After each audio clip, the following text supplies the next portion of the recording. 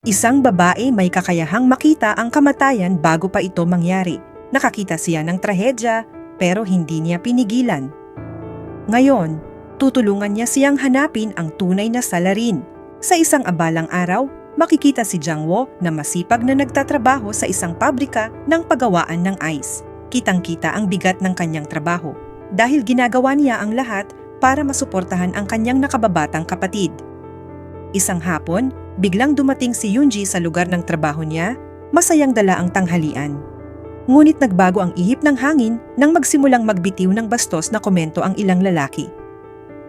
Walang pag-aalinlangan na sumagot si Yoonji, samantalang nanahimik lamang si Jang-woo. Pero nang may isa pang lalaking nagsalita ng malaswa tungkol sa suot na palda ni Yoonji, biglang sumabog ang galit ni Jang-woo. Tinulak ang isang block ng ice sa kanila at mariing binalaan ng mga ito na huwag magsalita ng ganoon tungkol sa kanyang kapatid. Pauwi na sila, pinakiusapan niya si Yoonji na magsuot ng pantalon sa ibabaw ng palda. Tumanggi ito sa una, kaya pabiro niyang tinawag ang kanilang mga magulang na nasa langit na. Sa huli, napapayag din si Yoonji. Magaan man ang eksena sa unang tingin, malinaw na ipinapakita nito kung gaano kahigpit ang kapit ni Jang-woo sa kanyang kapatid at kung gaano siya natatakot na may mangyaring masama rito. Kalaunan, dumaan si Yoonji sa isang botika. Pinanood siya ng parmasyutikong si Min habang naglalaro sa claw machine hanggang sa makakuha siya ng maliit na laruan. Masaya niyang ibinigay iyon kay Min na parang wala lang. Maya-maya, bigla niyang hinawakan ng tiyan at nagtungo sa likod ng tindahan.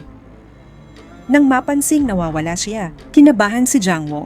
Pero agad din niyang naintindihan na kumuha lang pala si Yoonji ng sanitary pads. Sa katabing convenience store, may isang babaeng nagngangalang Shion na pumipili ng merienda at nagpunta sa counter para magbayad. Ngunit tumanggi ang may-ari na pagsilbihan siya, pabulong na sinasabing nagdadala siya ng malas. Kilala si Shion sa kakayahang makakita ng multo at makaramdam ng mga kakilakilabot na bagay bago pa man mangyari. Habang paalis siya, nagtapon ng asin ang may-ari sa likuran niya at may ilang butil na tumama kay Jang-woo na nakatayo sa malapit. Napatingin si Jang-woo kay Shion sa unang pagkakataon, ngunit wala siyang sinabi. Hindi niya alam na ang saglit na tagpong iyon ay mauuwi sa isang trahedyang tuluyang wawasak sa kanyang mundo. Pagkaraan, nagtungo si Jang-woo sa laundry shop na minanapan nila sa kanilang mga magulang. Doon nagtatrabaho si Monggu na madalas tumulong sa kanya. Hindi nagtagal, napansin ni Jang-woo na may nararamdaman si Monggu para kay Yoonji. Mariing binalaan si Monggu na lumayo, pinapaalala na malayo silang magkamag-anak at hindi niya kailanman papayagan ang ganoong relasyon. Bandang hapon, umuwi si Yoonji galing eskwela at dumiretso sa isang abandonadong lugar para kunin ang isang maliit na maleta na puno ng gamit sa pag-aayos ng buhok na itinago niya roon. Habang nandoon, napansin niya si Shion na nag-iisang nanginginig sa lamig. Nilapitan siya ni Yoonji at tinanong kung ayos lang siya. Habang magkatabi silang nakaupo, tinanong ni Yoonji kung totoo nga ba ang mga tsismis, kung kaya ba talagang makakita ni Shion ng hinaharap. At pabirong sinabi na gusto niyang malaman kung sino ang mapapangasawa niya balang araw. Kalma lamang na ipinaliwanag ni Shion na hindi niya nakikita ang ganoong bagay. Ang tanging nakikita niya ay ang sandaling mamamatay ang isang tao. Nang tanungin niya si Yoonji kung gusto nitong malaman kung paano siya mamamatay, biglang kinabahan si Yoonji at agad na tumanggi.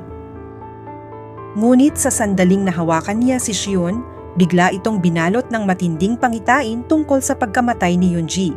Hanggang sa mawalan ito ng malay. Kinagabihan, naghanda si Jang-woo ng altar para sa pag-alala sa kanilang mga magulang. Mahina siyang nagsalita, nangangakong iingatan niya ang bahay at si Yoonji at sinabing wag na silang mag-alala. Samantala, nagtungo naman si Yoonji sa hair salon kung saan siya nagpa-part-time. Masaya siya sa paggugupit ng buhok at nangangarap na balang araw ay magkaroon ng sarili niyang salon. Ngunit sa kalagitnaan ng kanyang trabaho, biglang pumasok si Jang-woo. Halatang galit at balisa. Ayaw niyang nagtatrabaho roon si Yoonji at mariin niyang iginiit na mag-aral na lamang ito at ituon ang buong atensyon sa eskwela. Sumagot si Yoonji, sinabing walang saysay ang pag-aaral kung hindi naman nila kayang bayaran ang matrikula niya. Ngunit matatag na sinabi ni Jang-woo na siya ang bahala sa lahat. Inamin ni Yoonji na ang tanging pangarap niya ay maging isang hairstylist. Pero tumanggi si Jang-woo na hayaang maranasan niya ang parehong hirap ng buhay na dinanas niya. Inutusan niya si Yoonji na manatili na lang sa bahay at mag-aral. Sa kanya ito ikinulong sa loob. Kalaunan, nakipagkita si Jiang Wo sa ilang taga-baryo na muli siyang pinipilit na ibenta ang laundry shop para sa redevelopment. Walang pag-aalinlangan, tumanggi siya at agad na umalis. Pauwi, huminto siya sa isang street vendor para bumili ng pagkain para kay Yoonji sa paniniwalang naghihintay ito sa kanya sa bahay. Habang wala siya, mag-isa namang nagtungo si Yoonji sa laundry shop. Bigla na lamang may isang nilalang na lumitaw mula sa basement at inatake siya. Pasigaw niyang tinawag ang kanyang kuya, ngunit walang nakarinig sa kanya. Dahil nakasara at nakakandado ang pinto, wala siyang naging paraan para makatakas. Kinabukasan, nagtungo si Jiang Wo sa istasyon ng pulis upang i-report ang pagkawala ni Yoonji. Ngunit binaliwala lamang siya ng investigador. Sinabing malamang ay umalis lang ito at babalik din makalipas ang ilang araw. Umalis si Jiang Wo na may mabigat na pakiramdam sa dibdib. Pagdating niya sa laundry shop, napansin niya si Xion na nakatayo sa malapit. Tahimik na nakatitig sa isa sa mga makina. Ilang sandali pa, may nadiskobring bangkay na palutang-lutang sa tangke ng tubig. Agad na sumugod si Jiang Wo at doon niya nakita ang walang buhay na katawan ng kanyang kapatid. Sa sandaling iyon, tuluyan niyang napagtanto na nawala na sa kanya ang nag-iisang taong buong buhay niyang pinoprotektahan. Sa mga sumunod na araw, isinagawa ang isang shaman ritual para kay Yoonji at nagtipon ng buong bayan upang magluksa sa kanyang pagkamatay. May mga tahimik na nagdadalamhati, ngunit may ilan ding lantaran ang paninisi kay Jiang Wo, pabulong na nagsasabing kung hindi niya ikinulong si Yoonji sa bahay, baka buhay pa ito. Habang nagpapatuloy ang ritual, biglang naging balisa ang shaman, tila may nararamdamang hindi nakikita na nakikialam. Kasabay nito, biglang dumating si Xion na halatang nanginginig, ramdam niyang may napakasamang nangyayari. Sa gitna ng seremonya, may isang lalaking may suot na sombrero at maskara na nakatayo sa malayo. Isang mangkok na tanso na ginagamit sa ritual ang inanod ng tubig papunta sa kanya, na siyang nakakuha ng pansin ni Jiang Wo. Tinawag niya ang lalaki, ngunit agad itong tumalikod at tumakbo. Hinabol siya ni Jiang Wo sa loob ng palengke, ngunit nawala ang lalaki sa gitna ng maraming tao.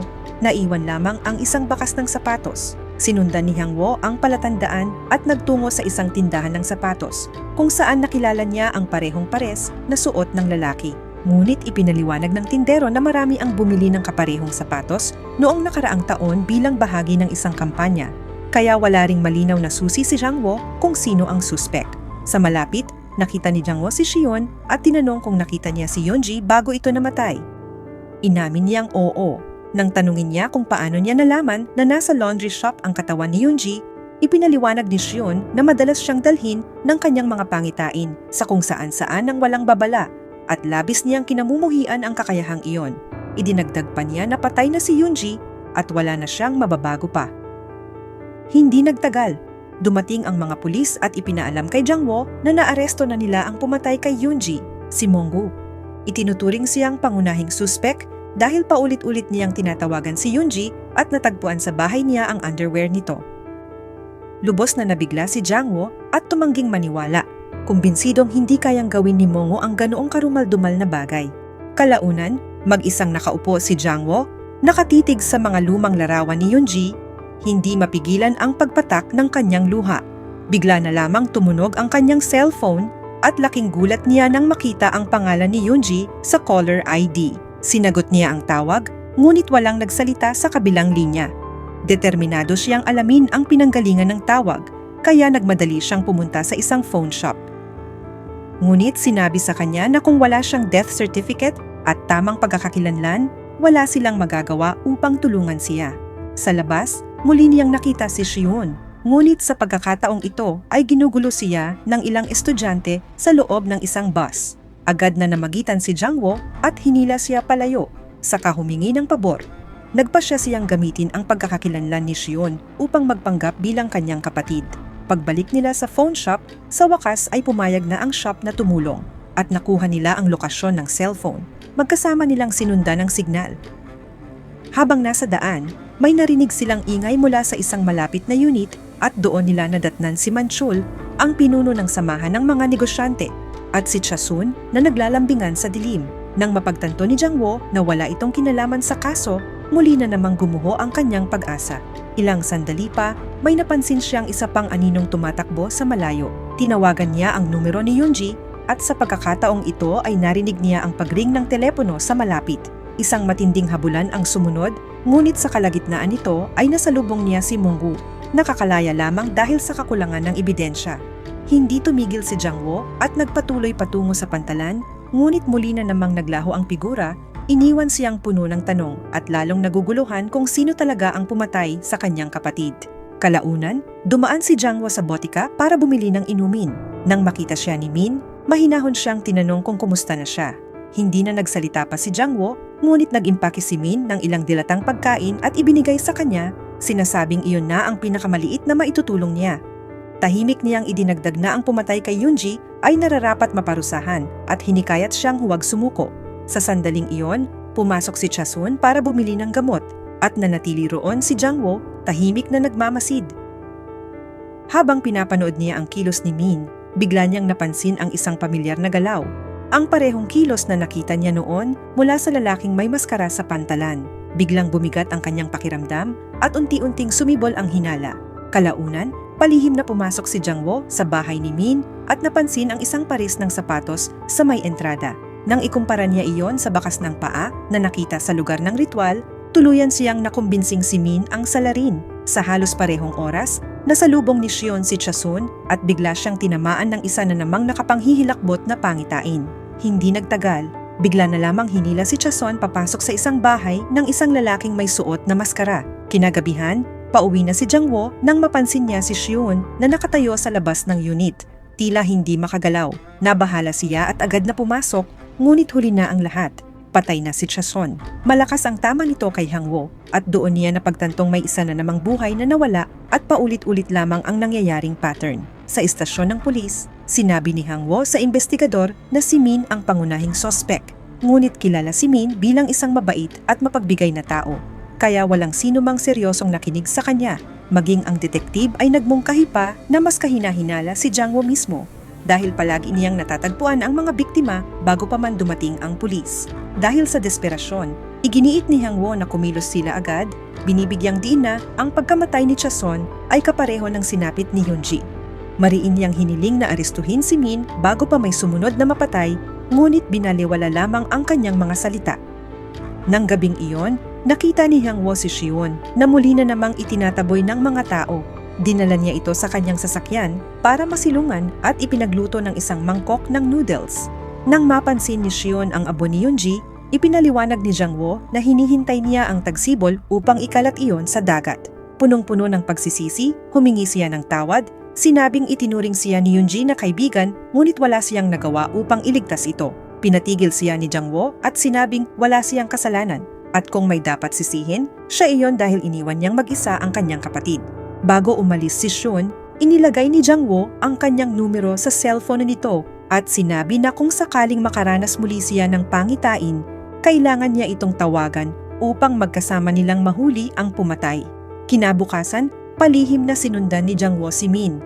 Nasaksihan niya kung paano ito namimigay ng candy sa mga bata, bumibisita sa mga matatanda at tinutulungan pa silang makapagpagupit ng buhok. Lahat ng ginagawa ni Min ay mistulang mabait at walang bahid ng masama, ngunit hindi na nakatiis si Jiang Wo. Bigla niya itong hinarap, itinulak at diretsahang inakusahan bilang mamamatay tao.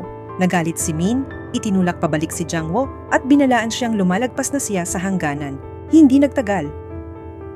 Nalaman ni Jiang Wo na may CCTV camera ang isa sa mga kalapit na tindero. Agad siyang nagpunta upang suriin ang kuha.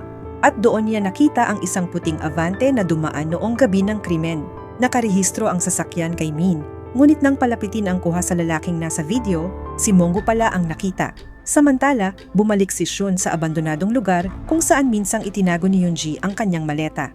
Habang naroon siya, narinig niya ang usapan ng dalawang babaeng estudyante. Sinabi ng isa na makikipagkita siya kay Min mamaya. Sa sandaling iyon, muling tinamaan si Xion ng isang pangitain. Nanginginig, agad niyang tinawagan si Jiang Wo, ngunit hindi ito sumagot dahil abala pa rin siya sa paghahanap kay Munggu. Makalipas ang ilang sandali, tuluyan ding nakaharap ni Jiang Wo si Munggu at tinanong tungkol sa gabing iyon. Kung nakita ba nito si Min sa lugar ng krimen, ipinilit ni Munggu na ang napansin lang niya ay ang sasakyan ni Min na nakaparada, ngunit wala siyang nakitang tao sa loob. May kutob si Jiang Wo na may hindi tama, ngunit wala na siyang nakuha pang sagot. Pinangunahan ng kanyang pangitain, nagtungo si Shun sa paaralan ni Yuhang. Doon niya nakita ang isang estudyanteng high school na nakikipagkita kay Min, na tahimik na inaabot ang isang sobre ng pera. Sa unay kahina-hinala ang tagpo, ngunit kalaunan ay naging malinaw na sinasadya ni Min ang lahat. Isang patibong upang mailabas si Jangwo. Nang laitin siya ng dalaga at prangkahang itanong kung siya ba ang pumatay kina Yoonji at Chason, biglang nabasag ang mahinahong anyo ni Min. Galit niya itong sinabihan na tumigil sa kalokohan. Nang makarinig siya ng ingay sa labas, lumabas sandali si Min upang tingnan. Kasabay nito, nakita ni Jangwo ang text ni Shun at tinawagan siya, ngunit walang sagot. Ang tunog ng ringtone ang nagbunyag sa kanyang kinaroroonan at napansin siya ni Min. Napagtanto ni Jangwo na maaaring nasa panganib si Shun, kaya agad niyang inalerto ang pulis at nagmadaling tumungo sa paaralan. Nagising si Shun at nakita si Min na nakaupo sa tabi niya. Binalaan siya nito na huwag magsalita ng padalos-dalos kung ayaw niyang matulad sa sinapit ng iba. Bago pa may mangyari, biglang sumugod si Jangwo at inatake si Min, kumbinsidong nasukol na niya ang pumatay. Ilang sandali pa, dumating ang pulis at dinala silang lahat sa istasyon. Sa presinto, biglang nagbago ang takbo ng lahat. Biglang binawi ni Shun ang kanyang pahayag at iginiit na walang ginawang masama sa kanya si Min. Dahil sa inis, itinulak ng detektib si Hangwo sa sahig at binalaan siyang tumitigil na sa pakikialam sa investigasyon. Punong-puno ng konsensya, inamin ni Shun na siya ang nagbibigay kay Jangwo ng impormasyon batay sa kanyang mga pangitain at nagpasya siyang umalis ng bayan upang hindi na magdulot ng gulo. Bago siya tuluyang umalis, maingat niyang binalutan ang nasugatang pulso ni Jangwo. Pinalaya si Min habang si Jangwo naman ay ikinulong magdamag. Bago umalis, malamig na sinabi ni Min kay Jangwo na ang sarili niyang obsesyon ang nagdala sa kanya sa ganitong kalagayan. Pagkatapos, sa isang tahimik ngunit nakakapangilabot na sandali, ipinakita niya kay Jangwo ang isang video ni Yoonji na kinunan bago ito mamatay, kung saan sinabi nitong mahahanap ng kanyang kuya ang pumatay sa kanya. Harap-harapan sa lalaking alam niyang may sala, napagtanto ni Jangwo kung gaano siya kawalang lakas. Kinagabihan din iyon, habang ihahatid na ng detektib pauwi si Min, nakatanggap siya ng tawag mula sa isang tauhan tungkol sa isang lumang kaso ng pagpatay sa isang abandonadong bahay. Sa investigasyon, lumitaw ang isang nakakagimbal na nakaraan. May isang parmasyutiko na dating nakatira roon kasama ang kanyang pamilya. Ang kanyang anak na babae ay may autism at ang kanyang anak na lalaki ay paulit-ulit na minamaltrato, habang ang mga magulang ay namumuhay ng marangya at binabaliwala ang kanilang paghihirap. Isang araw, tuluyang sumabog ang galit ng anak at pinatay ang buong pamilya. At ang batang iyon ay si Min. Sa kasalukuyan, biglang hinampas ni Min ang detektib hanggang mawalan ito ng malay at tumakas. Halos kasabay nito, inilabas si Jangwo sa kanyang selda para kumain. Sinamantala niya ang pagkakataon, nakawala at tumakbong palabas. Takot na nasa panganib si Shun. Wala siyang tiyak na direksyon, kaya tinakbo niya ang buong bayan, sinusundan ang mga pahiwatig na minsang nabanggit ni Shun. Umaasang maabutan niya ito sa tamang oras. Sa ibang lugar, nasa loob si Shun ng abandonadong bahay nang biglang lumitaw si Min. Itinali niya ito at sinabi ni Shun na hindi gugustuhin ng kanyang kapatid na maging ganito siya. Doon nabunyag na ang batang babaeng multo na nakikita ni Shun sa kanyang mga pangitain ay ang nakababatang kapatid ni Min. Sinimulan ni Min ang pagbubunyag ng kanyang nakaraan. Ikinuwento niya na nagbago ang lahat matapos muling mag-asawa ang kanyang ama. Naging malamig ito, tumigil sa pag-aalaga sa mga anak, at ang kanyang madrasta ay malupit sa kanila. Dahil sa matinding galit, naniwala si Min na marumi ang kanyang madrasta. At ang paniniwalang iyon ang tuluyang bumaluktot sa kanyang isipan. Para sa kanya, ang sinumang nakadamit ng mahalay o kumilos ng bastos ay kailangang burahin. Kaya niya pinatay si Yoonji at kalaunan si Chason. Mahigpit na hawak ang isang bato, sinugod niya si Shun. Kumbinsidong tama ang kanyang ginagawa. Ilang sandali pa, dumating si Jangwo at sumalakay kay Min. Ngunit mabilis nitong ipinulupot ang lubid sa kanyang leeg at sinubukang sakalin siya. Saglit na nakawala si Jangwo, ngunit naging marahas ang labanan at malubha siyang nasugatan. Sinaksak siya ni Min sa tiyan. Kumbinsidong tapos na ang lahat. Sa isang iglap, nakita ni Min ang refleksyon ng kanyang yumaong kapatid, ngunit agad niya itong itinaboy sa isipan at nagpatuloy. Sa huling lakas na natitira, sinabi ni Hangwo kay Min na nang mamatay ang kanyang mga magulang, ang kanyang kapatid ang nagbigay sa kanya ng dahilan para magpatuloy sa buhay. Ipinaalala niya kay Min na wala itong nilinis. Pawang mga inosenteng buhay lamang ang kanyang kinitil. Sa isang huling pagsugod, bumulusok si Hangwo patungo kay Min at pareho silang nahulog mula sa gusali. Bumagsak si Min at namatay habang si Jangwo ay bahagyang nakahawak sa rehas. Nakawala si Shun, mabilis na sumugod at hinila siya paitaas gamit ang lahat ng kanyang lakas. Sa huli, parehong buhay at ligtas sina Jangwo at Shun. Pagkaraan, dinala ni Jangwo si Shun sa tabing dagat para sa isang tahimik na piknik. Habang nakatayo sa gilid ng tubig, marahan niyang ikinalat ang abo ni Yunji. Natapos ang pelikula sa isang tahimik ngunit mabigat na eksena. Shoutout sa lahat ng mga comment at sumusuporta sa channel na ito. Hindi namin kayo maisa-isa, pero malaking tulong sa channel ang bawat like, comment at share ninyo. Maraming salamat po.